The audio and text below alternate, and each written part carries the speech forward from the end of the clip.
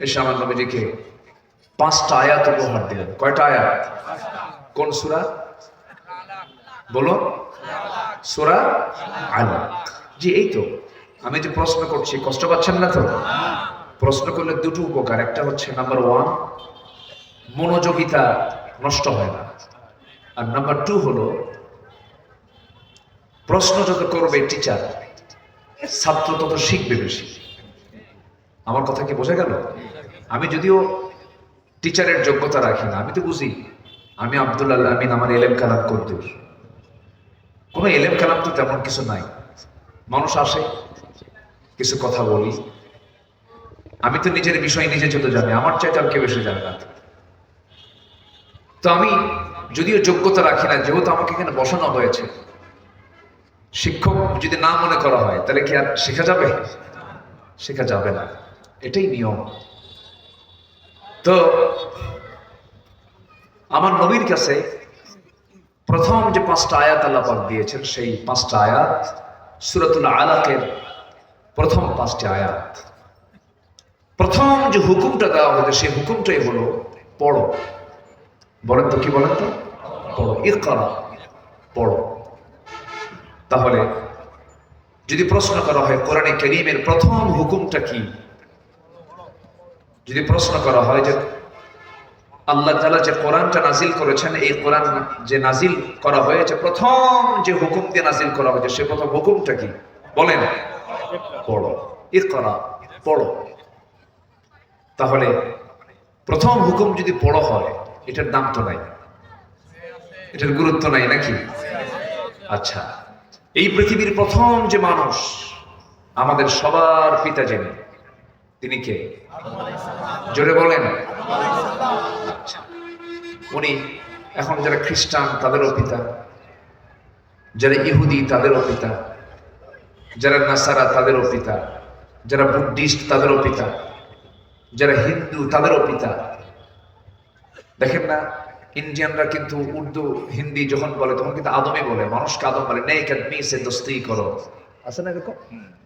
মানে আদমি বলে মানুষকে, ওরা কি বলে? আদমি বলে। ভালো লোকের সঙ্গে, ভালো মানুষের সাথে, মানে মানুষ কি তারা আদম বলে।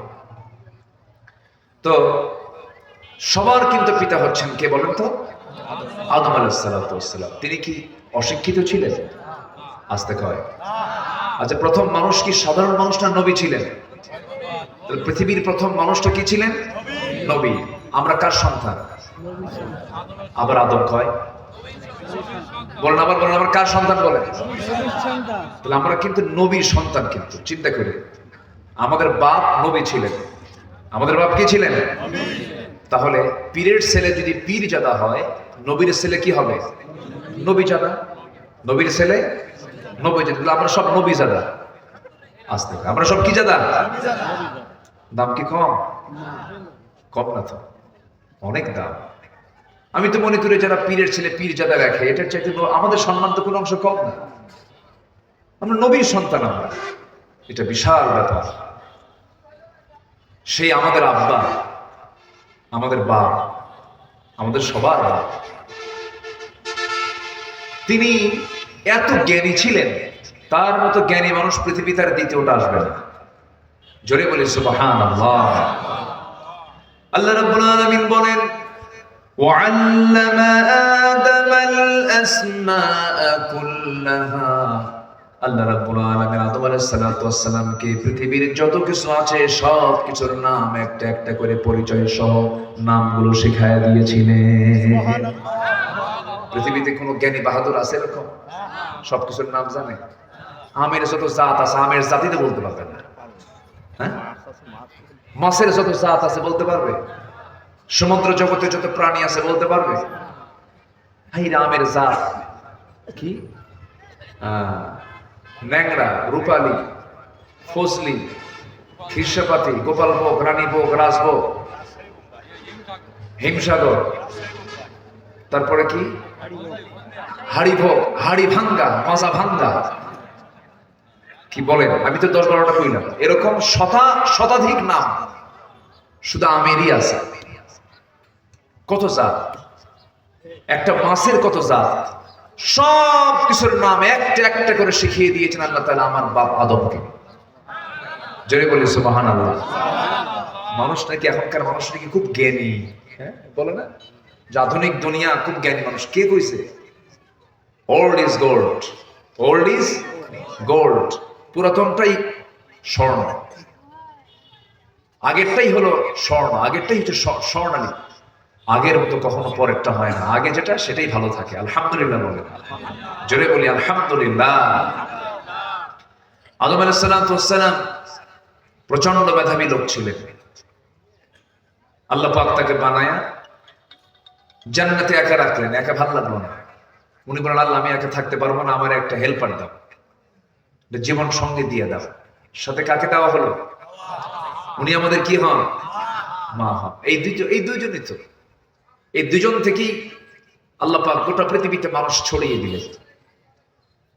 এই দুইজন থাকলেন জান্নাতের ভিতরে। জান্নাতের মধ্যে থাকার সঙ্গে সঙ্গে আল্লাহ রাব্বুল আলামিন একটা নির্দেশনা দিয়ে দিলেন, ফালা তাকরাবা হাদিহিশ শাজারা, ওই নিষিদ্ধ গাছের দিকে যাবা না, ওই এরিয়াতে যাবা না। কিন্তু ইবলিস এমন দুষ্টামি শুরু করে দিল।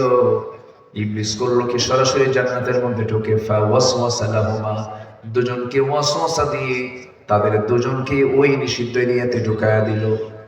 শয়তান তো কেশব পড়ছে না, আসতে কয় কেশব পড়ছে না। শয়তান জান্নাতও চেনে। চিন্তা করা যায়, আমি তো মাঝে মাঝে চিন্তা করি আল্লাহ তুমি শয়তানকে এত পাওয়ার দিছো, জান্নাতের মধ্যে ঢুকে আমাদের আব্বা আদমকে, তার মা, আমার মাকে সহ ফাযাল্লাহুমা শাইতান একদম পদস্খলন ঘটায় দিয়েছে। জান্নাতের পোশাক খুলে গেছে, আর থাকতে পারতেছেন না। আল্লাহ বলেন আদম ভালোই ছিল, কিন্তু উপায় তো নাই, ওয়াসওয়াসা দিয়ে তোমারে তো সরাইয়া দিবে। তুমি এখন দুনিয়াতে যাও, আমার পক্ষ থেকে হেদায়েতের কিতাব চলে যাবে, এটাকে যে মানবে তার কোনো ভয় নাই। জোরে বলি সুবহানাল্লাহ। ওই যে আসলেন তারা দুজন। তাহলে এই পৃথিবীর প্রথম বাসিন্দা কয়জন? বলেন কয়জন বাসিন্দা?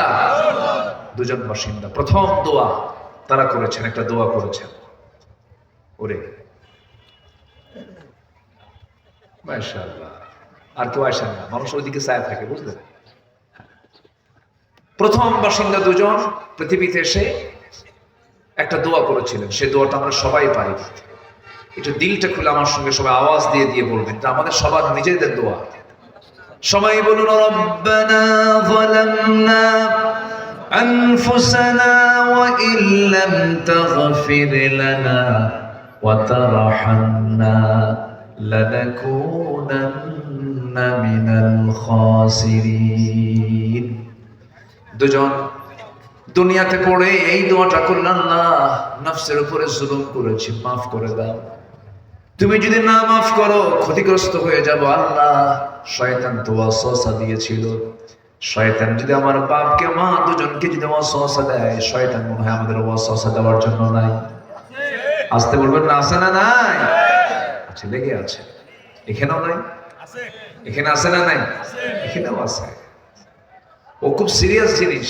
ثم لآتينهم من بين أيديهم ومن خلفهم وعن أيمانهم وعن شمائلهم ولا تجد أكثرهم شاكرين। ডানে বামে সামনে পেছন থেকে সব দিক থেকে অ্যাটাক করে শয়তান।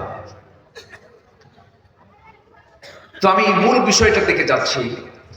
আমার নবীর কাছে প্রথম যে ওহীটা নাযিল হলো, কয়টা আয়াত বলেন তো? 5টা আয়াত।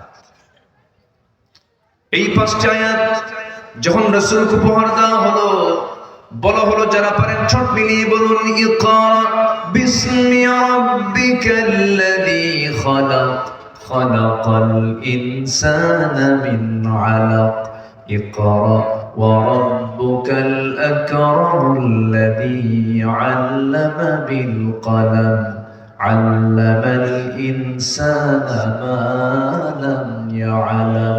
জোরে বলুন আল্লাহু আকবার। নবী, আপনি পড়ুন সেই মহান রবের নামে যিনি আপনাকে সৃষ্টি করেছেন, যিনি মানুষকে সৃষ্টি করেছেন আলাক থেকে। কিসে থেকে বলেন? আলাক। সূরার নাম কি? আলাক। আলাক শব্দটা হলো একটা সায়েন্সের ভাষা, এটা বিজ্ঞানের ভাষা। এটা এমব্রায়োলজির উপরে আল্লাহ পাক প্রথম তথ্য দিয়েছেন। প্রথম 5টা আয়াতের মধ্যে আল্লাহ পাক সায়েন্স ঢুকায় দিয়েছেন। ভ্রণ তথ্য নিয়ে আল্লাহ পাক কথা বলেছেন। ভ্রণ তথ্য, মানব বিকাশ কেমন হলো এই বিষয় নিয়ে আল্লাহ পাক আগে কথা বলেছেন। তাহলে এখন বলুন তো, কোরআন কি শুধু ধর্মীয় কিতাব? না, গবেষণার কিতাব এটা। একটু পরে আসতেছি আমি। আলাকটা কি? আল্লাহ পাক মানুষকে যে আলাক থেকে সৃষ্টি করেছেন, আলাকা শব্দটা কি? এটা ঝুলন্ত। এটা কি বলেন তো? ঝুলন্ত, জোকের মতো দেখা যায়। কিসের মতো? জোকের মতো দেখা যায়। জোকের মতো ঝুলন্ত কোন একটা জিনিসকে বোঝাই হলো আলাক। এটা নিয়ে আজকেও গবেষণা চলছে, শতাব্দীর পর শতাব্দী গবেষণা চলছে। গবেষণা হতেই থাকবে, কিন্তু মূল রহস্য একমাত্র কার জানা? আসতে বলবে না, কার জানা? গোটা ওয়ার্ল্ড ফেমাস একজন ভ্রণতত্ত্ববিদ ডাক্তার কেইট মুর, উনি জানতেন না আলাক শব্দের সাথে তার পরিচিতি ছিল না। ওনার সামনে যখন বলা হলো যে কোরআনে আলাক দিয়ে বোঝানো হয়েছে কোনো কাদার পিণ্ড অথবা জোকের মতো দেখা যায় এমন একটা জিনিসের ঝুলন্ত রূপটাকে আলাক বলা হয়, উনি অবাক হয়ে গেলেন। উনি এটাকে মাইক্রোস্কোপিক গবেষণায় নিয়ে গেলেন। অণুবীক্ষণ যন্ত্র দিয়ে দেখেন কোরআন যে তথ্য দিয়েছে হুবহু মিলে গেছে। একটু আসতে বলে সুবহানাল্লাহ। কোরআন যা বলেছে হুবহু মিলে গেছে। বিজ্ঞান ভুল করতে পারে, কিন্তু কোরআন কখনো ভুল করতে পারে না। যাচাই হবে বিজ্ঞান দিয়ে কোরআন, না কোরআন দিয়ে বিজ্ঞান? কোরআন দিয়ে বিজ্ঞান যাচাই হবে। কারণ কোরআন তিনি নাযিল করেছেন যিনি এই সূর্য বানিয়েছেন, যিনি আকাশ বানিয়েছেন। আল্লাহু আকবার বলেন। সম্মানিত ভাইরা, আমি চিন্তা করতেছি কি বিষয়ে কথা বলা যায়। আমরা দুনিয়াতে যে কোনো জায়গায় বসলে পরে যদি কোনো বন্ধু বলে, বন্ধু জানো এই ব্যবসায় না খুব লাভ, তখন আগ্রহ কমে না বাড়ে? আস্তে কি কমে না বাড়ে? এই যে ব্যবসায়ী মানুষ, বোঝেন না, মানে একটা ব্যবসার কথা বললে কিন্তু হঠাৎ করে মরা মানুষ কি হয়? হ্যাঁ, তাজা হয় না? তুমি কি জানো ভাই এই নতুন একটা ব্যবসা পাইছে, জানো এই করলে ব্যাপক লাভ। দেখবেন যে সব মনোযোগ সাইডা, মানে সব দিকের চিন্তা সাইডা এই দিকে মনোযোগ দিচ্ছে। তো ব্যবসার দিকে মানুষের একটা আকর্ষণ আছে। আল্লাহ পাক একটা আয়াতের মধ্যে ব্যবসার কথা বলেছেন। কিসের কথা বলেছেন বলেন তো? ব্যবসার কথা। শুনবো? আজ থেকে শুনবো না ইনশাআল্লাহ? কার পরামর্শ এটা? আল্লাহ বলছেন 3টা কাজ করো, 3টা কাজ করলে তোমাদের ব্যবসায় কোনো লস হবে না। ভাই ব্যবসায় লস আছে না? আছে কি না? লাভও আছে, লসও আছে, মাঝে মাঝে পুঁজিও থাকে। এরকম হয় না?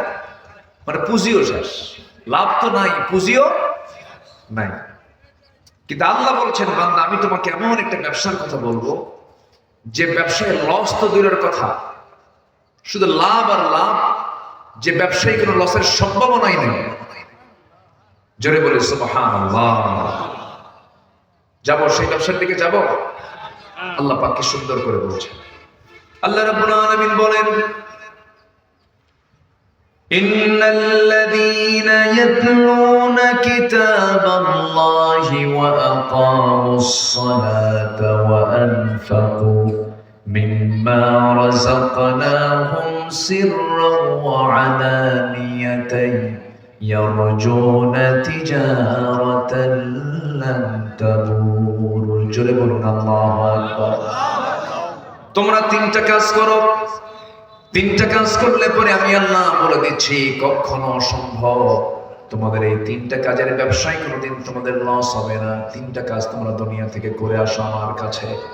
এর মধ্যে 1 নাম্বার হলো ইন্নাল্লাযীনা ইয়াতলুনা কিতাবাল্লাহ।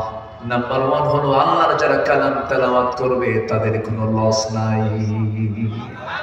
আল্লাহর কালাম যারা তেলাওয়াত করবে তাদের কোনো লস নাই। যে দেহে তেলাওয়াত বেশি সেই দেহে অসুখও কম।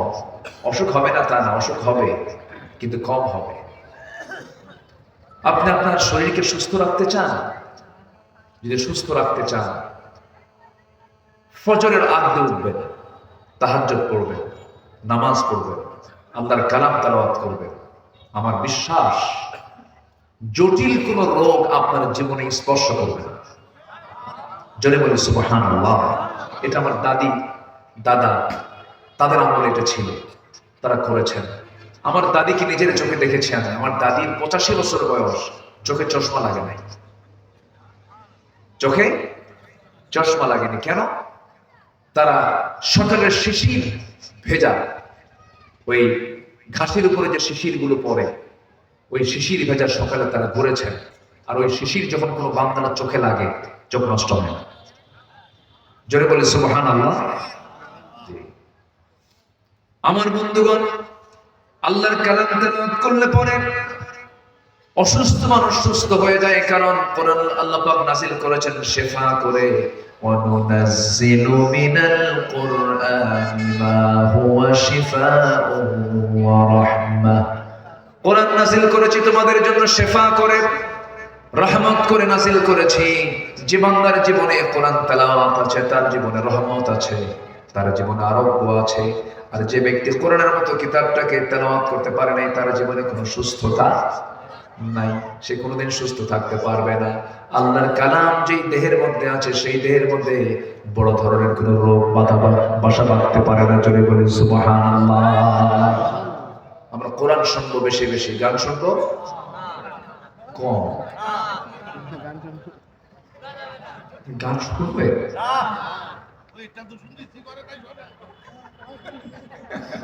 খুব মজার মানুষ। সামনে এক চাচা বসে আছে, মাঝে মাঝে একটু হাত ডাক ছাড়ে, ক্যামেরাম্যানদের সতর্ক করে, এই সাবধান হয়তো। খুব সুন্দর, খুব মিশুক মানুষ। যে যেটা শোনা জায়েজ নাই, সেটা অল্প জায়েজ নাই, বেশিটাও জায়েজ নাই। যেটা হারাম, আপনি এক ঢোক মদ খেলেও হারাম, এক বোতল মদ খেলেও হারাম। হারাম তো হারাম, হারামের কাছে আমরা কেউ যাব। জান্নাত যাওয়ার সহজ সূত্র কি? সহজ সূত্র হলো কি জানেন? জান্নাত পাওয়ার সহজ সূত্র হলো হারামকে ছেড়ে দেওয়া, হালালকে গ্রহণ করা, বান্দা জান্নাত পেয়ে যাবে। এটা কি সহজ সূত্র না? হারাম ছেড়ে দেব, হালাল গ্রহণ করে নেব, বাস অঙ্ক তো মিলে গেল। হারামটা মাইনাস করে ফেলবো, হালালটা ধরে ফেলবো, বাস আমার জান্নাত কি হয়ে গেল। ওয়াজ বেশি লাগে না, সামান্য কথাই যথেষ্ট হয়ে যায়। সম্মানিত ভাইরা, তাহলে এক নাম্বার কাজ, আমরা কোনোদিন লস হবে না আমাদের, সেটা হচ্ছে আমরা কি তেলাওয়াত করবো বলেন তো? কোরআনটাকে তেলাওয়াত করবো। সম্মানিত ভাইরা, এটা এমন একটা কিতাব, এর মধ্যে অতিরিক্ত কোনো কথা নাই। এর চাইতে আকারে বড়, বাক্যের দিক থেকে বড় বহু বই পৃথিবীতে আছে। আকারে বড় অনেক বড় বই আছে, পাণ্ডুলিপি আছে।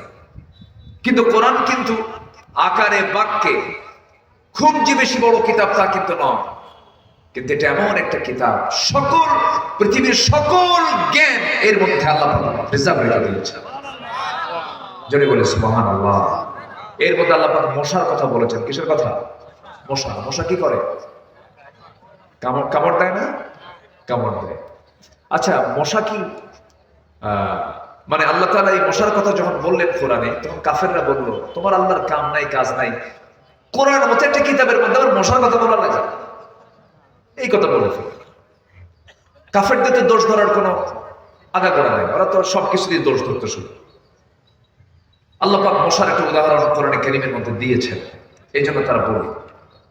আল্লাহ রাব্বুল আলামিন বলেন, ইন্নাল্লাহা লা ইস্তাহি আন ইয়াদরিবা মাসালান মা বাউদাতান ফামা ফাওকাহা ফাআম্মাল্লাযীনা আমানু ফায়া'লামুনা আন্নাহুল হাক্কু মির রাব্বিহিম وأما الذين كفروا فيقولون ماذا أراد الله بهذا مثلا يضل به كثيرا ويهدي به كثيرا وما يضل به إلا الفاسقين جربنا الله أكبر الله رب العالمين মশা অথবা তদুর্ধ কোন বস্তুকে উপমা দিতে, এক্সাম্পল দিতে লজ্জাবোধ করেন না।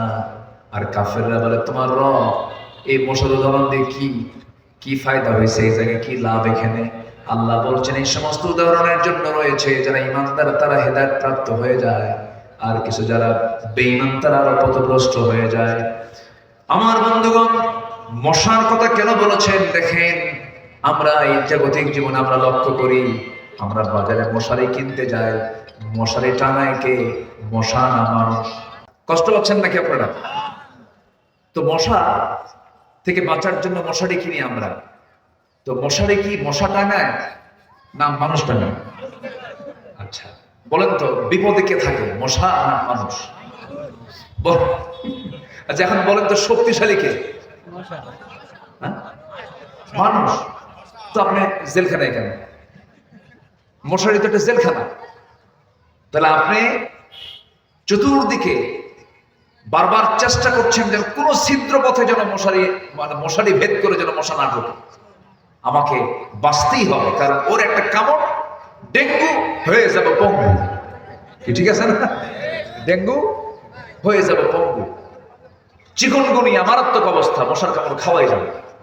তাহলে আপনি মশারি টাঙ্গালেন মশার কামড় থেকে বাঁচার জন্য। তাহলে এখন বলুন তো, শক্তিশালী কে, মানুষ না মশা? দেখাইতে যাচ্ছে তাই, কারণ ও তো আর মশারি টাঙ্গায় না, টাঙ্গাই তো আমরাই মশা, আমরাই মশারি টাঙ্গাই। আমার বন্ধুগণ, এই মশা যত খাবে বেশি, যে মশা যত বেশি রক্ত খাবে তার হায়াত তত বেশি বাড়বে না কমবে? যে মশা একটু কম খাবে তার হায়াতটা একটু বেশি থাকবে, আর যে মশা বেহিসাবি খাবে তার হায়াত তত কমে যাবে। এই বিগত 16 বছর যারা ক্ষমতার মসনদে ছিলেন, তারা কম খাইছে না বেশি খাইছে? আস্তে কম। কম খাইছে না বেশি খাইছে? পাজামার ফিতে খুলে খাইছে, পাজামা ফিতা খুলে খাইছে। হিসাব করেন, বেশি খাইছে তো একদম মামু বাড়ি দিল্লি গিয়ে পড়ছে। আস্তে কম কেন, জোরে কন ঠিক কিনা? বেশি খাইলে কি মরা কি হায়াত বাড়ে না হায়াত কমে? মরে কি দেরি করে না তাড়াতাড়ি মরে? এখনো যারা আছেন দেশে এটা ভাবেন, সাদাবাজি করেন না, লুটপাট করেন না। বেশি খাইলে কিন্তু দিল্লি যাওয়া লাগে, বেশি খাইলে কিন্তু চোরের মতো পালাতে হয়। শিক্ষা নেই, হারামের কিন্তু কোনো আরাম নাই, মজা পাবেন না, লাভ হবে না। দেশের শীর্ষস্থানীয় ধনী সালমান এফ রহমান, কি চেনেন না? মুখে কত সুন্দর সাদা দাড়ি, সুন্নতি দাড়ি, সেই দাড়িটা কেমনে কাটলো সে? হ্যাঁ, এটা একটু মায়া মহব্বত থাকার কথা ছিল যে আমার এই সুন্দর দাড়ি আমি নবীর জন্য রেখেছি, সেই দাড়ি আমি কাটবো কেন? সে কি নবীর জন্য দাড়ি রাখছে? নবীর মহব্বতে দাড়ি রাখছে? ওটা রাখছে হলো অভিনয় করার জন্য। অভিনয়, ওটা কিসের দাড়ি বলেন? কেউ মুসল্লি হয়ে মসজিদে যায়, আর কেউ মুসল্লি সাজে। কি মুসল্লি? কেউ অরিজিনাল মুসল্লি, আবার কেউ কি মুসল্লি সাজে, ভান ধরে। লাভটা হলো কি? দাড়িও কাটলো, মাথার চুলও কালো করলো, পাঞ্জাবি খুলে গেঞ্জি পরলো, পাজামা খুলে লুঙ্গি পরলো, নৌকায় চললো, কাম হলো না। পুলিশ যে সেখানে আইনমন্ত্রীকে দই রাখা, স্যার সিনসি থানায় চলো। আইনমন্ত্রীকে, বাবা আমি কি একা আসছি? আমি তো জামাতের সাথে আসছি। কিসের সাথে আসছি? হ্যাঁ, কে? ওই যে বসে আছে দেখো, কেউ মাথার চুল কালো দেখা যায়, লোকটা চেনা যায় না, তো লুঙ্গি পড়া কে? ওর কি মাঝি না কে? না, ওটাই দরবেশ। শেষ পর্যন্ত লাভটা হলো কি? বেশি খাইছে কি? বেশি খাওয়ার ফলাফল কি? বাঁচা না মরা। তাহলে মশা থেকে শিক্ষা আছে না? নাই আছে, মশা থেকে শিক্ষা আছে। কি উদাহরণ আল্লাহ পাক দিয়েছেন? মশা। নাম্বার 1, বেশি খায় তাড়াতাড়ি মরে মশা। নাম্বার 2 হলো, এই মশাটা এমন একটা প্রাণীর নাম, আল্লাহ রাব্বুল আলামিন এই প্রাণীর নাম উদাহরণ দিয়েছেন। অবশ্যই কিছু কারণ আছে, অবশ্যই কিছু কারণ আছে। এই মশা যখন কামড়ায় মানুষকে, পুরুষ মশা কামড়ায় না, মহিলা মশা কামড়ায়। পুরুষ মশা না মহিলা মশা? খালি মহিলা বলা যাবে না, মহিলা কামড়ায় তাহলে তো মুশকিল। বাড়িতে যা থাকবেন কেন? আমরা কামড়াই, এই নিয়ে তো মানামানি শুরু হয়ে। মহিলা মশা বলতে হবে, মহিলা মহিলা বললে তো কাম সারা হবে। হ্যাঁ, মহিলা মশা, হ্যাঁ মহিলা মশা। জি, বউ দেখে ভয় লাগে না আপনাদের? এই বউকে ভয় করেন না আপনারা? এই যে ভয় করে, দেখছেন চাচা বেশি ভয় করে। ভয় তারাই করে না যাদের বউ নাই। বউ যার আছে, বউকে ভয় করে না, এরকম কোন লোক দুনিয়াতে নাই। বউকে ভয় করতেই হয়। তুমি কত বড় হুজুর আমার জানা আছে, বসো এখানে। কি ধমক বানানো, ধমক বানানো? স্ত্রীর কাছে স্বামী, স্বামীর কাছে স্ত্রী, এটা আলাদা একটা মাওয়াদ্দাত ওয়া রাহমা। আল্লাহু আকবার। সব জায়গায় বুজুর্গি চলে, বউয়ের কাছে বুজুর্গি একটু কঠিন। বউয়ের কাছে বুজুর্গি একটু কঠিন। কিন্তু তুমি কত বড় বুজুর্গ আমার জানা আছে, এই কথা বলে একদম কাইদ করে রেখে দেয়, কোন উপায় নেই। তো মশা কামড় মানে হলো মহিলা মশা। কি মশা কামড়ায়? মহিলা মশা কামড়ায়। স্ত্রী মশা কামড়ায় আল্লাহ রাব্বুল আলামিন স্ত্রী মশার কথা এখানে বলেছেন। দেখুন কোরআন যে সায়েন্সের কথা বলে, পৃথিবীতে কোনো পুরুষ মশা কামড়ায় না, নারী মশা কামড়ায়, স্ত্রী মশা কামড়ায়। মশা কামড়ের মধ্য দিয়ে বংশ বিস্তার হতে থাকে, এটা পুরুষ মশার কাজ না, এটা স্ত্রী মশার কাজ। এরপরে মৌচাকে মধু থাকে, ওই মৌচাকের মধ্যে যে মধুগুলো ডিপার্টমেন্ট গুলো চালায়, এই মৌমাছিটা পুরুষ মৌমাছি না, স্ত্রী মৌমাছি, রানী মৌমাছি। কি মৌমাছি? রানী মৌমাছি। এদের মধ্যে কিছু ক্লাস আছে, কিছু আছে ওয়ার্কার, কর্মী মৌমাছি, পুলিশ মৌমাছি, রানী মৌমাছি। রানী মৌমাছির কাজ হলো মৌচাককে কন্ট্রোল করা, মৌচাকের কোনো মধু যেন জার্ম না হয়। কোন কর্মী মৌমাছি যখন মৌচাকে মধু নিয়ে আসবে ফুল ফল থেকে সংগ্রহ করে, তার পা চেক করার জন্য সেখানে অ্যাডমিনিস্ট্রেশন কিছু মৌমাছি আছে, প্রশাসনের কিছু মৌমাছি আছে। এরা দেখে দেখে নেয় কোন পায়ে ময়লা আছে, যে পায়ে ময়লা থাকে সেই মাছিটাকে এই পুলিশ মৌমাছিগুলো সব এক জায়গায় অ্যাটাক করে তাকে কামড় মেরে মেরে ফেলে দিয়ে বলে মানুষের জন্য ওষুধ বানাইছেন আল্লাহ তাআলা, এই মৌচাকে মধু কোনো ক্রমেই নষ্ট করা যাবে না। জোরে বলেন সুবহানাল্লাহ। চিন্তা করা যায়? আল্লাহ তাআলার ফার্মাসিউটিক্যাল লিমিটেড না আনলিমিটেড? আল্লাহর ফার্মাসিউটিক্যাল কি? আনলিমিটেড। মৌচাকে মধু কত খাবার, খাও, পান করো। আমার বন্ধুগণ, সমস্ত রোগের ঔষধ ওই মৌচাকের মধুর ভিতরে আল্লাহ রাব্বুল আলামিন রেখেছেন। গোটা দেশের ডিপো হলো খুলনার কোন বনে বলেন? বলেন কোন বনে? এই এলাকাতে সবচেয়ে বড় ফার্মাসিউটিক্যাল কি, ঠিক আছে না? সবচেয়ে সুন্দর বন হচ্ছে মধুর জায়গা। এলাকায় মধু আছে না? মধু কই? মধু তো দিলেন না। জি, আল্লাহু আকবার। ইসলাম বলছে, রাসূল বলতেছেন যে মৃত্যু রোগ ছাড়া সমস্ত রোগের ঔষধ আল্লাহ পাক এই মধুর মধ্যে রেখে দিয়েছেন। এবং জান্নাতে থাকবে 4টা নহর, এর মধ্যে একটা হচ্ছে মধুর নহর। কিসের নহর বলে? মধুর নহর থাকবে। সেই মধু নিয়ে আপনারা থাকেন, সুন্দর মনকে বুকে নিয়ে লালন করে আপনারা আছেন। আপনার বড় বরকত নয়, কিন্তু ওই মধুগুলো তো ঠিকই সুন্দরবন থেকে আসে, কিন্তু ওর মধ্যে ভেজাল ঢুকায় কে? বলেন কে ঢুকায়? মধুর কোনো দোষ নাই, দোষ কার? মানুষের। মানুষ ভেজাল লাগায়। আল্লাহ রাব্বুল আলামিন এই যে মৌচাকের মধুটা দেখার দায়িত্ব আল্লাহ পাক রানী মৌমাছিকে দিয়েছেন। আল্লাহ তাআলা রানী মৌমাছির কথাই বলেছেন কোরআনে, আনিত্তাখিদি মিনাল জিবালি বুয়ুতা। আনিত্তাখিদি, এখানে যারা আলেম ওলামা আছেন এটা মুয়ান্নাসের সিগা। আনিত্তাখিদুনা, আনিত্তাখিদি মিনাল জিবালি বুয়ুতা। হে রানী মৌমাছি, তোমরা পাহাড়ের ধারে, পাহাড়ের নিচে, গাছের ডালে বাসা বানাও, মৌচাক বানাও, মধু প্রস্তুত করো। ফিহি শিফাউল লিন্নাস, আমি এর মধ্যে মানুষের সমস্ত রোগের ঔষধ রেখে দিয়েছি। কিছুই লাগতো না। এখন তো হসপিটাল বেশি হয়ে গেছে, রোগী বেশি হয়ে গেছে, ডাক্তার বেশি হয়ে গেছে, কিচ্ছুই লাগতো না। মানুষ যদি ইসলামকে মেনে চলতো, ইসলাম মেনে চলা মানুষের সুস্থ থাকা। বলি আলহামদুলিল্লাহ। আমরা তো মানি না। তাহলে স্ত্রী মশা কামড়ায়, রানী মৌমাছি মৌচাকের বাসা প্রস্তুত করে। এই কথাগুলো কোরআনে 1500 বছর আগে কে বলে দিয়েছেন? আল্লাহ বলে দিয়েছেন। আমার বন্ধুগণ, নাম্বার 3 হলো মশাকে তুচ্ছ ভাবার কোনো সুযোগ নাই।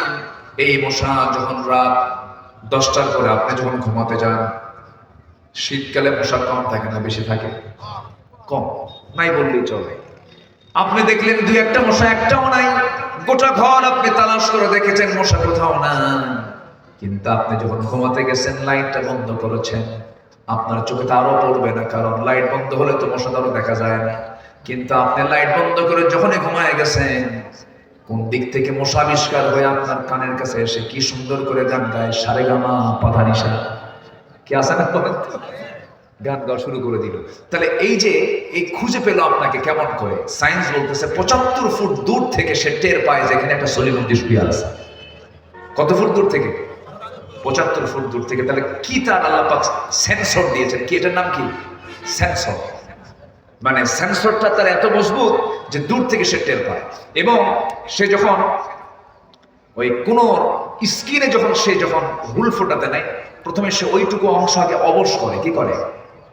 এটাকে পরিভাষায় কি বলে? যে মেডিকেল যারা ডাক্তার,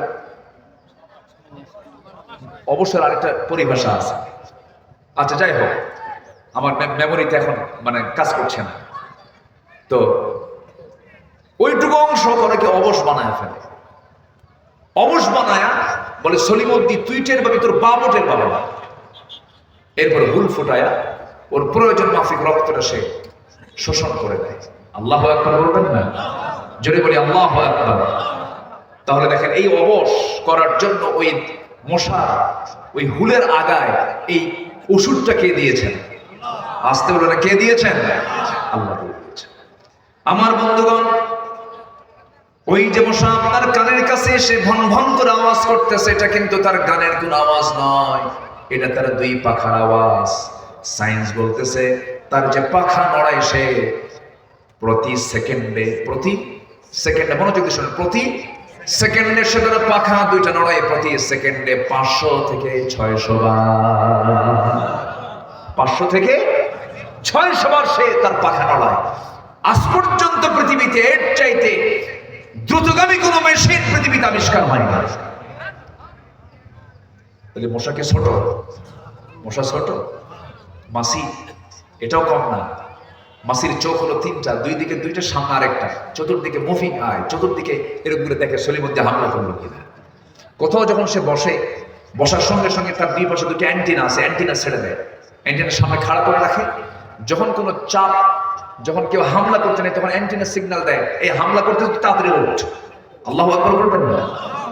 তার লাইফ সিকিউরিটি কে দিয়েছেন? আসতে হলো না, কে দিয়েছেন? নাম্বার 4 হলো, মশাকে নিয়ে দুর্বল মনে করার কোনো সুযোগ নাই, কারণ এই পৃথিবীতে একজন কাফের মশার কামড় খায়া দুনিয়া থেকে বিদায় নিয়েছে, যার মাথার মধ্যে আল্লাহ পাক ব্রেনের মধ্যে মশা ঢুকিয়েছিলেন। তার নাম কি? এই তো আল্লাহ কোরআনে যা বলেছেন সব অকাজের না কাজের? অকাজের না কাজের? কাজের বলে দিয়েছে। সম্মানিত ভাইরা, আরেকটা প্রাণীর নামে সূরা আছে, সেটা হচ্ছে মাকড়সা। মাকড়সার বাড়ি কোথায়? আসতে কয়, মাকড়সার বাড়ি কোথায় বলেন? আমার ঘরে। মাকড়সার বাড়ি কোথায়? আমার ঘরে না? আসতে কয়, কি আমার ঘরে না? আপনার ঘরে না? আমার ঘরে মাকড়সার বাসা। সে বাসাটা সে বানায়, বানাতেও সময় লাগে না, শেষ হতেও সময় লাগে না, শুধুমাত্র একটা ফু মারা দরকার। ফু মারলে কি মাকড়সার বাসা শেষ হয়ে গেল। কিন্তু আপনি কি দেখেছেন সে মাকড়সা যখন সে বাসাটা বানায়, যদি অল্প সময়ে বানায়, কিন্তু এত সুন্দর করে তার রেখা, এত সুন্দর তার ডিজাইন, এত সুন্দর ডিজাইনের এই জ্ঞান ওই ছোট্ট মাথার মধ্যে কে দিল? আসতে বলবেন না, কে দিয়েছে? আল্লাহ দিয়েছে। আল্লাহ আল্লাহ। আমার বন্ধুগণ, আল্লাহ রাব্বুল আলামিন এই আনকাবুত নিয়ে কথা বলেছেন, মাসালুল লাযীনা ইত্তাখাযু মিন দুনিল্লাহি আউলিয়া কামাসালিল আনকাবুত ইত্তাখাযাত বাইতান ওয়া ইন্না আওহানাল বুয়ুতি লাবাইতুল আনকাবুত লাউ কানু ইয়ালামুন। আল্লাহকে ছাড়া যারা অন্য কাউকে যারা মুরব্বি মনে করবে, গার্ডিয়ান মনে করবে, প্রকৃত অভিভাবক মনে করবে। যারা অন্য কাউকে বন্ধু বানাবে, ওলি বানাবে, তাদের দৃষ্টান্ত হলো, আল্লাহ পাক বলছেন তাদের উপমা হলো, তাদের দৃষ্টান্ত হলো মাকড়সা। কি? মাকড়সা। কেমন করে দেখেন, সায়েন্স আজকে জরিপ করেছে। একটু কানটা আমরা একটু খাড়া করব, মনোযোগ দিয়ে শুনবো। মাকড়সাকে নিয়ে সম্প্রতি জুলজি ডিপার্টমেন্ট গবেষণা করে দেখেছে। প্রাণীবিদ্যা যারা প্রাণী নিয়ে যারা গবেষণা করেন, জুলজি বলছে বিশ্বে হাজার হাজার প্রজাতির মাকড়সা রয়েছে। কিছু কিছু প্রজাতি প্রজননের পর তার স্বামীকে হত্যা করে ফেলে। কেমন করে দেখেন, ইন্টারকোর্স যখন হয়ে গেল, পুরুষ মাকড়সা এবং স্ত্রী মাকড়সার যখন যৌন মিলন হয়ে যায়, যৌন মিলন হয়ে যাওয়ার পরে এই মাকড়সার মধ্যে কিছু কিছু আছে ব্ল্যাক উইডো, রেড ব্যাক মাকড়সা, এরকম বিভিন্ন মাকড়সা আছে, বিভিন্ন প্রকারের বিভিন্ন প্রজাতির মাকড়সা আছে। আমার এলাকার এখানকার টিকটিকি আর ঢাকার টিকটিকি দেখতে কিন্তু একটু ভিন্ন রকম। কি? ছোট সাইজ, বড় সাইজ আছে না? মানে সব হলো গুসাপের মানে বংশধর, ঠিক আছে না? একরকম দেখা যায় না? প্রায় একরকম দেখা যায়। মাকড়সার মধ্যে যদি একরকম দেখা যায়, কিন্তু একরকম না, বিভিন্ন প্রজাতি আছে। এর মধ্যে ম্যাক্সিমাম প্রজাতি মাকড়সার চরিত্র হলো, ওরা স্বামী স্ত্রী যখন যৌন মিলনে লিপ্ত হয়ে যায়, যৌন মিলনে লিপ্ত হয়ে যাওয়ার পরে যখন ইন্টারকোর্স কমপ্লিট হয়ে যায়, স্ত্রী মাকড়সা প্রচুর খাদ্যের সংকট তার মধ্যে সৃষ্টি হয়ে যায়, প্রচন্ড ভিটামিন শূন্যতায় ভোগে। এই খাদ্যের ঘাটতি পূরণ করার জন্য স্ত্রী মাকড়সা স্বামী মাকড়সাকে কামড় মেরে মেরে ফেলে, তাকে খেয়ে ফেলে। চিন্তা করছেন আপনি? তাহলে আল্লাহ তাআলা যে বলছেন যারা আল্লাহকে ছাড়া অন্য কাউকে বন্ধু বানাবে, তাদের দৃষ্টান্ত হলো মাকড়সা। তাহলে যে সংসারে স্ত্রী তার স্বামীকে হত্যা করে, ওটা কি সুখের সংসার? সুখের সংসার? আল্লাহ যে উদাহরণটা দিয়েছেন, অকাজে না কাজে? কাজে দিয়েছেন। এরকম অসংখ্য দৃষ্টান্ত আল্লাহ পাক কোরআনে দিয়েছেন। এগুলো শিখবো আমরা কোরআন তেলাওয়াত না করে, না তেলাওয়াত করে? তেলাওয়াত করে। এক নাম্বার কাজ হলো আমরা কোরআন তেলাওয়াত করবো। জোরে বলি ইনশাআল্লাহ, আর জোরে বলি ইনশাআল্লাহ। আমার বন্ধুগণ, আল্লাহ রাব্বুল আলামিন এই কিতাবটা দিয়েছেন তেলাওয়াত করার জন্য।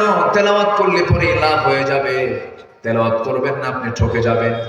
আমার বন্ধুগণ, এই তেলাওয়াতটা না শিখলে পরে, তেলাওয়াতটা না শুনলে পরে ওমর তো আজকে জান্নাতি হতে পারতেন না। ওমরে ফারুক রাসূলের কাছে আগে কি ইসলাম কবুলের জন্য গেছেন না মারার জন্য গেছেন? সবাই ইতিহাস জানেন। কি ইসলাম কবুলের জন্য গিয়েছেন? আবু জাহেল বলতেছে, কে আছো? মুহাম্মদ বিন আব্দুল্লাহর কল্লা নিয়ে আসবা। কেউ সাহস পায় না। সাইয়েদনা ওমর ফারুক গিয়ে বলছেন, আমি আনবো, আমি তাকে হত্যা করবো। বাপ দাদার ধর্মে সে চুলকানি মেরেছে। রওনা দিয়েছেন তিনি। কিন্তু রওনা দিলে হবে কি? আমার নবীজি তার আগে রাত্রিতে দোয়া করেছেন, আল্লাহ তুমি আমার কাছে, তোমার কাছে আমার প্রার্থনা, দুই ওমরের যে কোনো একটা ওমরকে তুমি দ্বীনের জন্য কবুল করে নাও। আমর ইবনে হাকাম, আবু জেহেলের অপর নাম কিন্তু এটা। আমার রাসূল যখন এই দোয়াটা করলেন, খাত্তাবের ছিল ওমরের দিলটা ইসলামের জন্য কবুল হয়ে গেছে। ওমরে ফারুক রাসূলকে মারার জন্য যান। রাস্তার মধ্যে তিনি আল্লাহর কালাম শুনতে পান একজন সাহাবীর কণ্ঠে। কোন আয়াতটা শুনতে পান? তাহা মা আনজালনা আলাইকাল কুরআনা লিতাশকা। এই আয়াত যখন শুনলেন, ওমরে ফারুকের দিলটা নরম হতে লাগলো। দিল নরম হলে পরে চোখ দিয়ে পানি পড়ে।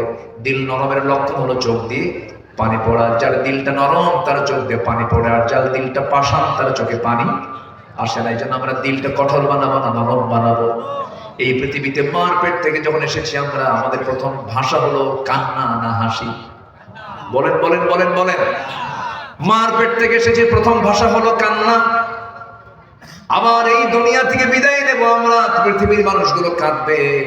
আমি হাসি মুখে দুনিয়া থেকে বিদায় হব। আমার প্রথম শুরুটা হবে হলো কান্না দিয়া, শেষ বিদায় হবে হাসি দিয়া। কারণ আমি আল্লাহর সামনে আমি দুঃখ নিয়ে যাব না, আমি আনন্দ নিয়ে যাব। এই দুনিয়া হলো কাদার জায়গা। এই দুনিয়াতে যে বান্দা কাঁদতে পারবে, তবে কাদার জায়গা কিন্তু পৃথিবীতে বান্দার জন্য একটা জায়গায় কান্নার জায়গা। সেটা হচ্ছে কার জায়গায়? কার কাছে বলেন? আল্লাহর কাছে। যুবকরা, বারিশ ভিজায় ফেলো না। রাতের বেলা ঘুম ধরে না। দিন হলে পরে গার্লস স্কুলের সামনে যাইতে মেরে মতো বসে থাকে। এরকম কিছু যুবক আছে না? কান্দে, বলে হায় রে তোমার সারা বাসন। এই যে তুমি কাঁদতেছ, এই যে তোমার চোখের পানি তুমি ঝরাচ্ছ, সম্পূর্ণ লস প্রজেক্ট। এটা দিয়ে তোমার কোনো কাজ হবে না, সম্পূর্ণ লস প্রজেক্ট। চুরি ফিতা কিংবা ফুচকা খাওয়া বা সব লস, সব কি লস। বিয়ার আগে যা কাম গুলো করবা সব লস। প্রেমটা মূলত বিয়ের আগে না বিয়ের পরে? আসতে করে বিয়ের আগে না বিয়ের পরে? বিয়ের পরেই তো প্রেম হবে। কিন্তু আজকে সমাজে আগে বিয়ের আগে না বিয়ের পরে? বিয়ের আগে যদি কেউ প্রেম করে শেষ করো বাবা, বিয়ের পরে কোনো প্রেম খুঁজে পাবা না। বিয়ের পরে হবে সাথে কিলাকিলি। কি হবে? কিলাকিলি, মোহাব্বত থাকবে না। এই চোখ দিয়ে আল্লাহর জন্য কাঁদবো আমরা। এই চোখের পানি যদি আল্লাহর ভয়ে ফেলতে পারি, আল্লাহর কসম করে বলি 7 সমুদ্র দিয়া জাহান্নামের এক কোণও নিভবে না। কিন্তু আপনি যদি আল্লাহর ভয়ে কাঁদতে পারেন, 7টা জাহান্নাম আপনার এক ফোঁটা চোখের পানি দিয়ে নিভে যাবে। আমরা কাঁদবো কার কাছে? রাসূল যখন কাঁদতেন পাগলের মতো কাঁদতেন। রাসূল যখন কাঁদতেন বেকরার হয়ে যেতেন। হাদিসে আসছে না, সহিহ শরীফের হাদিসে আসছে, আমার নবীজি সেজদার মধ্যে যখন কাঁদতেন, নবীজির চোখ বেয়ে পানি পড়তো, মুখ দিয়ে আওয়াজ বের হতো। নামাজের সময় সেজদায় পড়ে পড়ে তিনি একটা আওয়াজ তার মুখ থেকে বের হতো। সে আওয়াজটা হলো, চুলায় আগুন ধরায় দিয়া পাতিলে পানি তুলে দিয়া যদি আগুন যদি জ্বালানো হয়, চুলা যদি গরম করা হয়, পাতিল যদি গরম করা হয়, গরম পানি যখন সিদ্ধ হয়ে যখন টকবক করে যে আওয়াজটা হয়, সিদ্ধ করা পানির যেমন টকবক আওয়াজ হয়, আমার নবী যখন সেজদায় পড়ে কাঁদতেন, নবীর মুখ থেকে এমন টকবক আওয়াজ বের হতো। আমার নবীজি এত কাঁদতেন।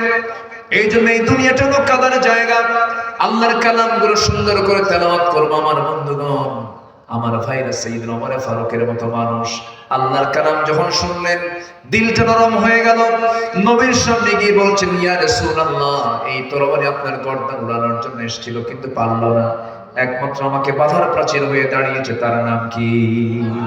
কোরআন আমাকে সম্পূর্ণ উল্টায় দিয়েছে। আপনি আমাকে পড়ায় দেন, আশহাদু আল্লা ইলাহা ইল্লাল্লাহু ওয়াহদাহু লা শারীকা লাহু ওয়া আশহাদু আন্না মুহাম্মাদান আবদুহু ওয়া রাসূলুহু। হেদায়েতের মালিকটাকে আরো জোরে হেদায়েতের মালিককে বলো। আমার আল্লাহ হচ্ছেন হেদায়েতের মালিক। হেদায়েত চাইবো আমরা কার কাছে? আল্লাহর কাছে চাবো। আমার নবীর কাছে যখন কোরআন আসে নাই, এই বিধান যখন আসে নাই, আমার নবীজি কম চেষ্টা করেন নাই মানুষকে পরিবর্তন করার জন্য। হাজারো চেষ্টা করেছেন, হালফুল ফুজুল গঠন করেছেন। আমার নবীজি 40 বছর বয়স তো কম নয়, 40 বছর পর্যন্ত হাজারো চেষ্টা করে আমার নবীজি সফল হতে পারেন নাই। কারণ তখন কি আসে নাই? আসতে হলো না, কি আসে নাই? কোরআন ছাড়া রাসূল চেষ্টা করেছেন, রাসূলের মতো মানুষ পারেন নাই। যারা জীবনে একটা মিথ্যা কথা নাই, কোনো বাজে কোনো কথা নাই, বাজে কোনো কাজ নাই, সেই নবীর মতো মানুষ যদি 40 বছর পর্যন্ত কোরআন ছাড়া চেষ্টা করে যদি ব্যর্থ হয়ে যান, আজকের সমাজপতিরা, আজকের যারা সমাজ চালাতে চান, রাষ্ট্র যারা চালাতে চান কিন্তু কোরআন দিয়ে রাষ্ট্র চালাতে চান না, আল্লাহর কসম করে বলি কখনো আপনারা সফল হতে পারবেন না। ঠিক কিনা? সব দেখা শেষ করেছি আমরা। কেউ চালাইছে 25 বছর, কেউ 16 বছর, কেউ 9 বছর, মাঝখান দিয়ে কেয়ারটেকার গভর্নমেন্ট কয়েক বছর, সব তো দেখা শেষ। কেউ ইসলাম রাষ্ট্রীয় পর্যায়ে কায়েম করতে পারেন নাই, কেউ নামাজের বিল আনতে পারেন নাই। শুধু কথার মার প্যাঁচ দিয়ে, ধর্মীয় মূল্যবোধের কথা বলে, আজে বাজে বেহুদা কথা বলে, শুধু মার প্যাচের বক্তব্য দিয়ে জনগণকে প্রতারিত করেছেন। সব দেখা শেষ। আগামীর দেশ আমরা দেখতে চাই মুসলমানরা কোরআনের দেশ। ঠিক কিনা? চান কারা কারা হাত উঁচু করে দেখান মুসলমান।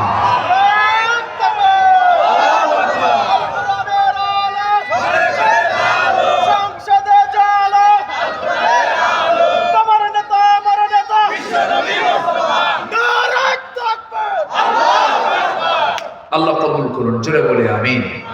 আরো জোরে আমিন। আমি তো ভাবছিলাম প্রথমে লোকজন কই, কিন্তু আপনারা যেরকম চালাক তা তো বুঝি নাই। বলি আলহামদুলিল্লাহ। এটা আমার দেশের ট্র্যাডিশন। এটা জুমার আজান হয় 12:30টায়, মুসল্লি হাজির হয় 1:29 মিনিট 29 সেকেন্ডে।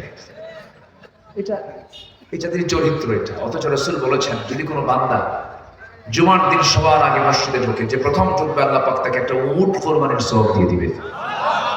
কি কুরবানি? একটা উট কুরবানির সব দিয়ে দেন। তাহলে আজকে যিনি মাহফিলে সবার আগে আসছেন তার সব কি কম হওয়ার কথা না বেশি হওয়ার কথা? বেশি হওয়ার কথা, এটাই স্বাভাবিক। অঙ্ক তো ওই অঙ্ক মিলাইলে তো এই অঙ্ক মিলানো যায়। ভালো কাজে আমরা আগাবো, জোরে বলি ইনশাআল্লাহ। ভালো কাজে সবার আগে উপস্থিত হব, আর মন্দ কাজে সবার দূরে থাকবো, সবার দূরে থাকবো, ওই দিকে যাবো না। সম্মানিত ভাই, আমি খুবই আনন্দিত আজকে এই মাদ্রাসায় আমি এসে, আমি খুব অভিভূত হয়েছে, খুব সুন্দর। বিশেষ করে আব্দুল কুদ্দুস ভাই কোথায়? আব্দুল কুদ্দুস ভাই যিনি মুহতামিম, নিচের দিকে খুব ব্যস্ত। আজকে তো ব্যস্ততার সময় মাহফিল। আমার আব্দুল কুদ্দুস ভাইয়ের যে পরিচালনার দক্ষতা, তিনি যেভাবে প্রতিষ্ঠানকে সাজাচ্ছেন, তার যে সিলেবাস, আমি আকৃষ্ট হয়ে পড়েছি। খুব ভালো। আল্লাহ তুমি মারকাজুল হুদা ইসলামী মাদ্রাসাকে তুমি আল্লাহ কবুল করো, জোরে বলি আল্লাহুম্মা আমিন। উনি চাচ্ছেন যে একটা ছাত্র যেন ইংরেজি, বাংলা, এটা তো হবেই, মানে আরবি মেইন, আরবির পাশাপাশি যেন কোনো সাবজেক্টে যেন দুর্বল না হয়। বাংলা যেমন গ্রামার ছাড়াই আমরা শিখছি, ওনার চিন্তা হলো গ্রামার ছাড়াই যেন ইংরেজিও শিখে। এরকম একটা প্ল্যান উনি নিয়েছেন হাতে। আমি তাকে নিজেও বলেছি, আপনি আমাকে ফোন দিবেন, আমি আপনাকে সহযোগিতা করব। আমি এই কথাটা বলছি যে আমি আপনার বুদ্ধি দিয়ে, বিভিন্ন পরামর্শ দিয়ে আমি আপনাকে সহযোগিতা করব। আল্লাহ তুমি এই প্রতিষ্ঠানকে তুমি আল্লাহ দ্বীনের জন্য কবুল করে দাও, এই এলাকার মার্কাজ বানায় দাও। মাদ্রাসার নাম মার্কাজ, মার্কাজ মানে হলো সেন্টার, মারকাজুল হুদা। আল্লাহ তুমি এই এলাকার দ্বীনের মার্কাজ বানায় দাও, জোরে বলি আল্লাহুম্মা আমিন। জি সম্মানিত ভাইরা, সম্মানিত বন্ধুগণ, তাহলে কয় কাজে লস নাই বলেন তো? ব্যবসার কয় কাজে লস নাই? 3 কাজ চলতেছে। কয় নাম্বার? 1 নাম্বার। আরো আছে কয়টা? 2টা। মনোযোগ আছে তো সবার? বলি আলহামদুলিল্লাহ। জি আমার বন্ধুগণ, নাম্বার 1 আমরা শুনলাম, আল্লাহর কালাম যারা তেলাওয়াত করবে তাদের কোনো লস নাই, বরং আরেক জায়গায় বলছেন ইন্নামাল মুমিনুনা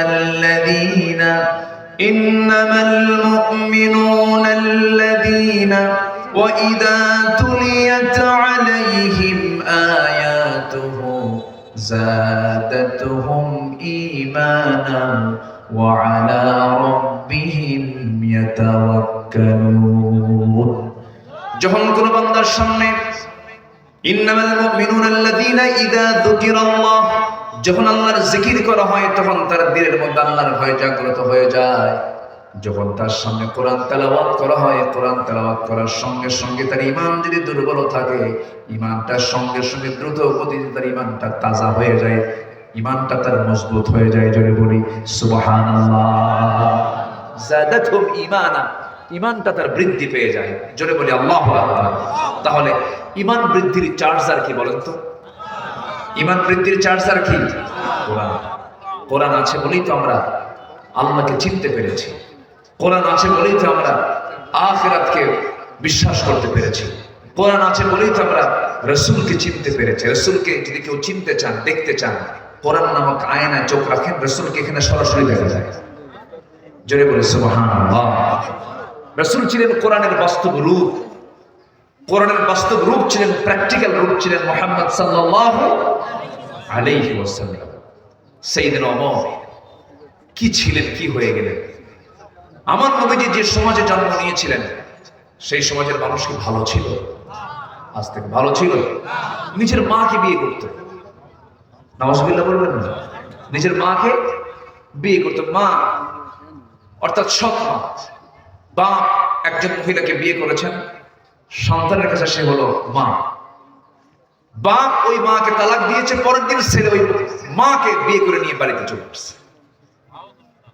এত অসভ্য বর্বর একটা জাতি ছিল হলো কুরাইশরা। সে আরবের জাহেলি যুগের মানুষগুলো এত নোংরা ছিল, সামান্য কিছুকে কেন্দ্র করে যুগের পরে যুগ তারা যুদ্ধ লেগে রাখত। সুদ ছিল যাদের সবচাইতে সামাজিক বড় ব্যাধি, সুদ ছাড়া কিছু বুঝতো না। খুন ছিল নিত্য নৈমিত্তিক ব্যাপার। এরপরে ভাঙ্গা পাতিলকে কেন্দ্র করে যুগের পরে যুগ তারা যুদ্ধ লাগায় রাখত। মেয়ে সন্তান জন্ম নিল কেন? এটাই অপরাধ। বিআইয়ি যামবিন কুতিলাত মুসাওয়াদান ওয়া হুয়া কাযীম, চেহারা কালো কুসকুসে হয়ে যেতে মেয়ে সন্তান হলে পরে জীবন্ত পুঁতে হত্যা করে। এত অসভ্য সমাজকে রাসূল চেঞ্জ করে আনলেন। সেখান থেকে বের করলেন সাইয়েদনা আবু বকর, ওমর, ওসমান, আলী রাদিয়াল্লাহু আনহু। এই সমস্ত সাহাবাদেরকে তিনি নিয়ে আসলেন সেই সমাজ থেকে বের করে। কোনো জাদু মন্ত্র দিয়ে নয়। কি দিয়া? আসতে বলো না, কি দিয়া? সেই কোরআন দিকে আজকের সমাজ পরিবর্তন করা সম্ভব না? যারা বলেন কোরআনের সাথে রাজনীতির কোনো সম্পর্ক নাই, কোরআনের সাথে রাষ্ট্রের কোনো সম্পর্ক নাই, কোরআনের সাথে দেশ সমাজ রাষ্ট্রের কোনো সম্পর্ক নাই, রাজনীতির সম্পর্ক নাই, উনি মানসিক রোগী।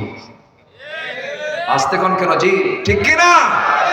উনি মানসিক রোগী। হয়তো এইভাবে কথা বলেছেন, উনি হয়তো মস্তিষ্ক ওনার ওলট পালট হয়ে গেছে।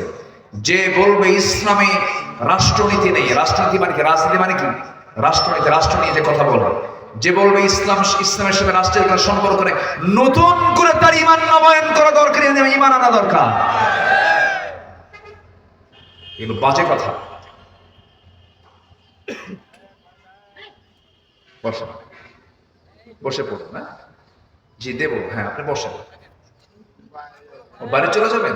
নগদ নগদ জিকির করি লা ইলাহা, আর জোরে লা ইলাহা সুবহানাল্লাহ আলহামদুলিল্লাহ, আর জোরে লা ইলাহা, আর জোরে লা ইলাহা সুবহানাল্লাহ আলহামদুলিল্লাহ, আর জোরে লা ইলাহা ইল্লাল্লাহ, লা ইলাহা সুবহানাল্লাহ আলহামদুলিল্লাহ। পড়ে বসো। আর জোরে লা ইলাহা, লা ইলাহা ইল্লাল্লাহ মুহাম্মাদুর রাসূলুল্লাহ সাল্লাল্লাহু আলাইহি ওয়াসাল্লাম। সম্মানিত ভাইরা, এই প্রতিবন্ধী মানুষগুলোর প্রতি আমরা দয়াদ্র হব। জোরে বলি ইনশাআল্লাহ। অনেক পরিবারে এগুলো আছে না? বলে আছে। কখনো বাপ মা রাগ করবেন না, এগুলো আল্লাহর ফয়সালা। কার ফয়সালা? আল্লাহর ফয়সালা। একটা বারের জন্য বলবেন না যে মরে না কেন, বলে কিন্তু এটা বলবেন না, কখনো বলবেন না কেন মরে না। না, আপনি কি জানেন আপনি আল্লাহর সৃষ্টির খেদমত করলে আল্লাহ আপনাকে জান্নাত দিয়ে দিবেন। আপনি আপনার সন্তানকে আপনি দেখছেন না, আর 100 লাগবে। হ্যাঁ নাসর, ঠিক আছে, তুমি তো আরো বেশি পাই না, যাও।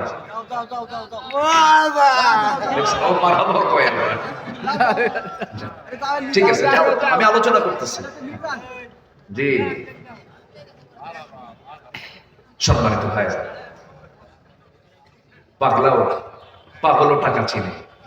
কি চেনে না? যাতে মাথা, তাহলে ঠিক, এটা ঠিক রেখেছে। না না, পাগল বলতে পাগল না, ঠিক আছে। আল্লাহ তুমি ভালো রাখো। জোরে বলি আল্লাহুম্মা আমিন। সব তো আমাদেরই পরিবার, তো সব তো মানুষ আমরা, তাই না? সব তো মানুষ, আমরা সবাইকে সমান চোখে দেখবো। জোরে বলি ইনশাআল্লাহ। দেখছেন লোকমা আমারে দিয়ে গেল, কিন্তু আমি কিন্তু পাগল না, ঠিক আছে? ও কিন্তু সিগন্যাল দিয়ে গেল, জি আল্লাহ তুমি তাকে সুস্থ করে দাও। জোরে বলি আমিন। সম্মানিত ভাই, তাহলে আমার নবীজির ওই সমাজের মানুষগুলো এত নোংরা ছিল, সেই নোংরা সমাজকে আল্লাহ রাসূল সুন্দর সমাজ বানালেন। কিচ্ছু দিয়ে নয়, কোরআন তেলাওয়াত দিয়ে। কি দিয়ে? কোরআন তেলাওয়াত দিয়ে তাদের তেলাওয়াত শিখালেন। কোরআনের সমাজ, রাষ্ট্র তিনি গড়ে তুললেন। আমার বন্ধুগণ, আমার নবীর সামনে একজন সাহাবী চোখের পানি ফেলে ফেলে কান্দেন, নতুন দিন গ্রহণ করেছেন। রাসূল বলছেন, সাহাবী কাঁদো কেন?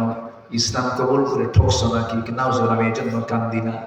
কেন কান্নাকাটি করছো বলো? সঙ্গে সঙ্গে তিনি বলছেন, হুজুর কান্নাকাটি করার কারণ অন্য কিছু নয়, কারণ শুধু একটাই, সেটা হলো জীবনে যেটা কোনোদিন মনে হয় নাই, কিন্তু অপরাধটা করে ফেলেছিলাম। কিন্তু যেদিন আমি ইসলাম কবুল করেছি সেই দিন থেকে আজ পর্যন্ত আমার চোখে কোনো ঘুম নাই। কেন ঘুম নাই? কি হয়েছে তোমার? হুজুর, রাতের বেলা ঘুম পাড়তে গেলেই আমার সন্তান আমাকে পিছন থেকে ডাকে। কোন সন্তান? তোমার যে সন্তানকে আমি আমার নিজের হাতে মেরে ফেলেছি, আমি নিজের হাতে খুন করেছিলাম। কেমন করে বলো? বলে জাহিলি যুগে মেয়ের সন্তান জীবন্ত পুঁতে আমি হত্যা করেছি। রাসূল বললেন, একটু ঘটনাটা খুলে বলো তো। নবীর সামনে সাহাবী বসে গেলেন হাঁটু গেড়ে দিয়া। রাসূল বলছেন, সাহাবী বলো, আমি তোমার মুখ থেকে শুনতে চাই, বলো তো কেমন করে মানলা তুমি? আমার নবীর সামনে বসে গিয়ে ওই সাহাবী কেঁদে কেঁদে বলছেন, হুজুর, সন্তানটা আমার স্ত্রীর গর্ভে যখন চলে এলো 6 মাস, সন্তানটার বয়স 6 মাস হলে বউটাকে বললাম, যাও বাবার বাড়ি চলে যাও, ডেলিভারি হওয়ার পরে আসো, ছেলের সন্তান হলে পরে নিয়ে আসবো সঙ্গে করে, মেয়ের সন্তান হলে পরে জীবন্ত পুঁতে হত্যা করবা। এই কথা বলে পাঠায় দিলাম। সন্তানটা মেয়ে হয়েছে, কিন্তু আমাকে বলা হলো মৃত হয়েছে। আমার চোখের আড়াল করে অন্য বাড়িতে ধীরে ধীরে বড় করে 6 বছরের মাথায় একদিন চট করে আমার সামনে সন্তানটা পড়ে গেল আমার চোখে। ধরলাম, হাত নিয়ে আসলাম বউয়ের সামনে। বউটা আমার কেঁদে কেঁদে বলছে, গতদিন আপনার তথ্যর গোপন করবো, সন্তান তো আমাদের সন্তান। খেপে গেলাম, রেগে গেলাম, বুঝতে দিলাম না। ঠান্ডা মাথার খুনি হয়ে হুজুর সন্তানটাকে বুকের মধ্যে আমি আদর করা শুরু করলাম। মেয়েটা আমার দাড়ি ধরে টানে, মাথার চুল ধরে টানে, আমাকে আদর করে, সোহাগ করে, আর বলে, বাবা তুমি আমাকে এতদিন ধরে দূরে রাখছো কেন? রাত চলে গেল, সকাল যখন হয়ে গেল, মেয়েটাকে বললাম, মা তোমাকে আজকে তোমার নানির বাড়িতে নিয়ে যাব। মেয়েটা দারুণ খুশি হয়ে গেল। মার কাছে গিয়ে বলে, মা আমাকে সাজিয়ে দাও, গুছিয়ে দাও, আজকে আমার বাবা নানির বাড়িতে নিয়ে যাবে আমাকে। এই কথা বলে হুজুর মেয়েটাকে সাজগোজ করে রওনা করলাম। নানির বাড়ির দিকে রওনা না দিয়ে জঙ্গলের দিকে রওনা করলাম। মেয়েটার মুখ শুকনা হয়ে গেছে। জঙ্গল পার হলাম, মেয়েটা শুকনা মুখ নিয়ে বলে, বাবা নানির বাড়ি না গিয়ে তুমি এই জায়গায় গর্ত খনন কেন করো? কি জন্য তুমি এখানে আমাকে নিয়ে এসেছো? কিচ্ছু বললাম না। গর্ত খনন করি, প্রচন্ড গরম। গর্ত খননের সময় কোদালের মাটি দিয়ে আমার বাড়ির মধ্যে মাটিগুলো ছিটকে এসে লাগে, আর আমার মেয়েটা ছোট্ট হাত দিয়া খিরাল করে করে সেই দাড়িতে রাখা ময়লাগুলো সাফ সাফ করে দেয়। আমার শরীর থেকে ঘাম ঝরে, মেয়েটা গামছা দিয়া ঘামগুলো মুছে মুছে দেয়, আমাকে আদর করে বলে, বাবা নানির বাড়ি কখন যাবে? কিচ্ছু বললাম না। গর্ত খনন যখন শেষ হয়ে গেল, মেয়েটাকে আস্তে করে বললাম, মা দেখো তো গর্ত খনন কেমন হয়েছে। মেয়েটাকে যখন বললাম, হুজুর আমার মেয়েটা একটা মুচকি হাসি মারলো, সরল মনে বিশ্বাস করে গর্তের কাছে একাকি চলে গেল। গর্তের কাছে গিয়ে যখন উকি মেরে দেখতে লাগলো, পিছন দিকে আমি চলে আসলাম। দুটো হাত দিয়ে আমি সজনে এমন জোরে ধাক্কা মারলাম, এক ধাক্কায় সন্তানটা গর্তের মধ্যে পড়ে গেছে। চিত হয়ে পড়ে, উপর হয়ে পড়ে চিত হয়ে দুটো হাত এক জায়গায় করে বলছে, বাবা বুঝতে পেরেছি আমার মার কথা আজকে সত্য হয়েছে। তুমি আজকে আমাকে মেরে ফেলার জন্য নিয়ে আসছো বাবা। মেরে যদি ফেলতে চাও, মরে যদি যাই আর কি হবে বাবা? তোমার কাছে শেষবারের জন্য একটাবার প্রাণ ভিক্ষা চাই, একটাবারের জন্য বাঁচায় দাও। আমি তোমার কাছে শপথ করছি, আমৃত্যু এই চেহারা তোমার সামনে আমি কখনো দেখাবো না বাবা, আমাকে বাঁচায় দাও। দিল পরিমাণ আমার দিলটা গললো না হুজুর, সামান্য দিল গললো না। খেপে গিয়ে রেগে গিয়ে এক পর্যায়ে হাতের মধ্যে পাথর নিলাম, চক্ষু বন্ধ করে সন্তানটার কলিজা বরাবর মেরে দিলাম। ফিনকি দিয়ে রক্ত বের হওয়া শুরু হলো। ভিতর থেকে বারবার বারবার করে আব্বা আব্বা বলে, আব্বা আব্বা বলে বারবার করে ডাকে। আমার দিল গললো না, পাষাণ হৃদয় নরম হলো না। আমি আমার হাতের মধ্যে পাথরগুলো নিয়ে চাপা দিলাম, মাটি চাপা দিলাম, বালু চাপা দিয়া জনমের মতো নিজের সন্তানকে নিজের হাতে খুন করে ফেললাম। আমার নবীজি এই কথাগুলো শুনে ওই সাহাবীকে বুকের সঙ্গে জড়িয়ে রেখে বলছে, ও আমার সাহাবী রে, হয়তো ভাবতেছে এই গুনাহ তোমার জীবন থেকে মাফ হবে না, কিন্তু না রে না। যখন কোনো বান্দা আল্লাহর কালাম তেলাওয়াত করে ঈমান আনে, ঈমান আনার সঙ্গে সঙ্গে তার আল্লাহ রাব্বুল আলামিন আগের জীবনের সমস্ত গুনাহগুলোকে আমার আল্লাহ মাফ করে দেয়। জোরে বলে সুবহানাল্লাহ। সেই অসভ্য সমাজ কি সভ্য সমাজের রূপ দিলেন, বাস্তবতায় নিয়ে আসলেন। এই যে সুন্দর সোনালী সমাজগুলো তোলেন, একমাত্র কারণ হলো সেই সমাজের চালু করে দিয়েছিলেন কি? বলেন কি চালু করেছিলেন? শিক্ষায় কোরআন, সমাজে কোরআন, রাষ্ট্রে কোরআন, বিচারে কোরআন, প্রত্যেকটা জায়গায় কোরআন দিয়ে যখন রাসূল চালু করেছেন সমাজ ব্যবস্থা, সব জান্নাতের টুকরা হয়ে গেছে। জোরে বলে আল্লাহু আকবার। আমরা কি চাই না এই কোরআনের সঙ্গে আমরা সম্পর্ক রাখবো?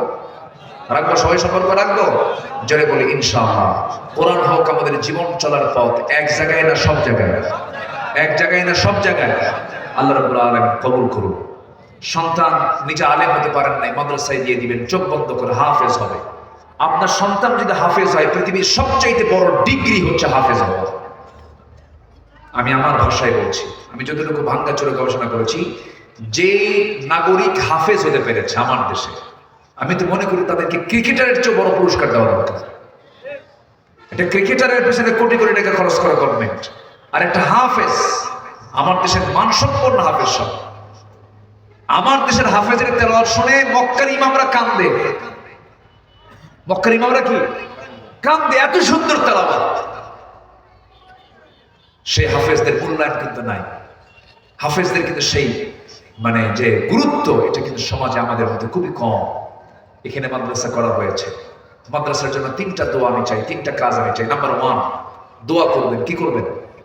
জোরে বলেন, কি করবেন? দোয়া। নাম্বার 2 হচ্ছে নিজের সন্তানকে মাদ্রাসায় দিবেন।